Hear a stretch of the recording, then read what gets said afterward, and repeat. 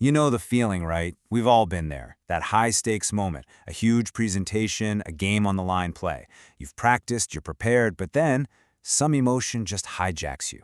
Fear, anger, doubt, and suddenly everything falls apart. So today, we're going to dive into how our inner emotional state can literally be the deciding factor between whether we win or lose. Just think about it for a sec. When has an emotion totally changed your performance, for better or for worse? That one feeling, that moment where the entire game shifted inside your own head? Well, that's exactly what we're going to break down right now. All right, first up, let's head to the basketball court. This is such a classic example of how fear can just instantly shut down skill and strategy. I mean, listen to the honesty here. You can almost feel the intimidation, right? The player's on the move, everything's going according to plan, and then this absolute unit of an opponent shows up. The emotion that floods in isn't strategic, it's primal. It's just fear. And this slide just lays it all out. It's like a series of dominoes falling one by one. The fear wasn't just some vague feeling. It led to a very specific self-sabotaging move.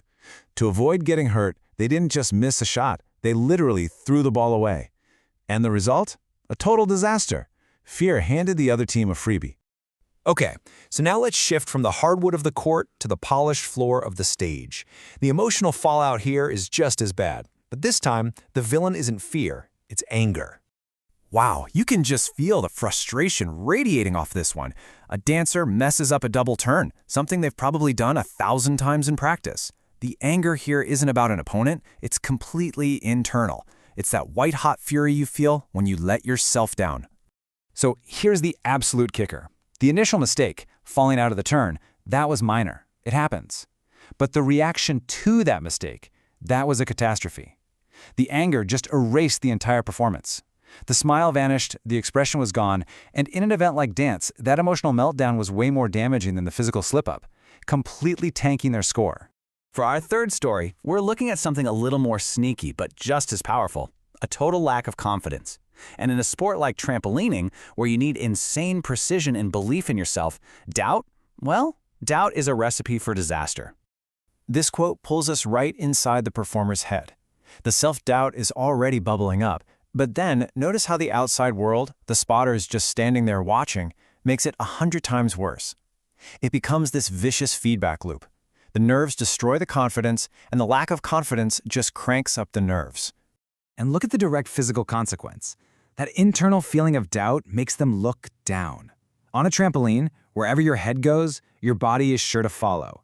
So that tiny physical shift throws the entire routine off kilter. They lose balance, they lose control.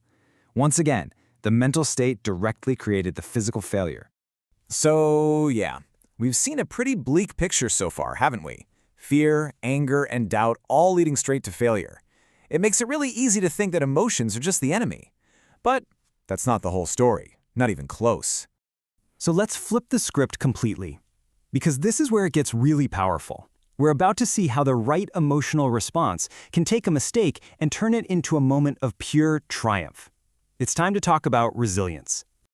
This moment right here, this is everything. A gymnast tries a handstand and fails.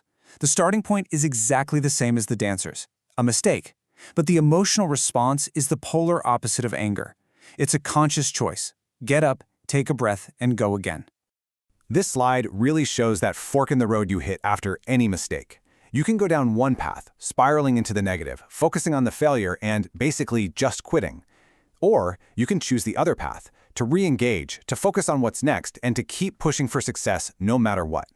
And just look at this beautiful, positive chain reaction. The resilience leads to calm, the calm allows for focus, and that focus leads to nailing the exact same skill that they just failed. The gymnast didn't just avoid losing marks, they actually gained them by showing control of their body and their emotions. That is huge. So let's bring it all together. When you see it laid out on this scorecard, the pattern is just undeniable. Fear, anger, low confidence, they were all destructive. They led straight to bad outcomes. But resilience, that one proactive, positive, emotional choice, it completely flipped the script, turning a definite failure into a measurable success. So what's the big takeaway here? It's this: high-pressure situations are always going to trigger emotions. The goal isn't to become a robot and feel nothing. The real skill is creating a little bit of space between the event and your reaction. It's about learning to notice what you're feeling and then consciously choosing a constructive response, like resilience, over a destructive one. And that brings us to the final question I want to leave with you.